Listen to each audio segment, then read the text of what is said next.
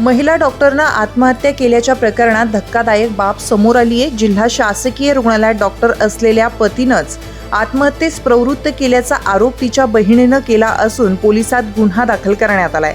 आयुर्वेद तज्ज्ञ मनीषा जेजुरकर असं आत्महत्या केलेल्या डॉक्टर महिलेचं नाव आहे। पती डॉक्टर निलेश सोबत ती 5 वर्षापासूनच गंगापूर रोड परिसरात राहायला आली होती। त्याआधी हे दाम्पत्य जेल रोडला राहायचं।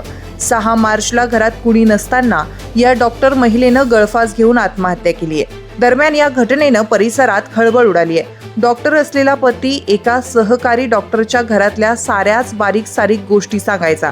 ती सांगेल तसंच तो घरात वागायचा। पत्नीकडे दुर्लक्ष करून तो तिला मानसिक त्रास द्यायचा।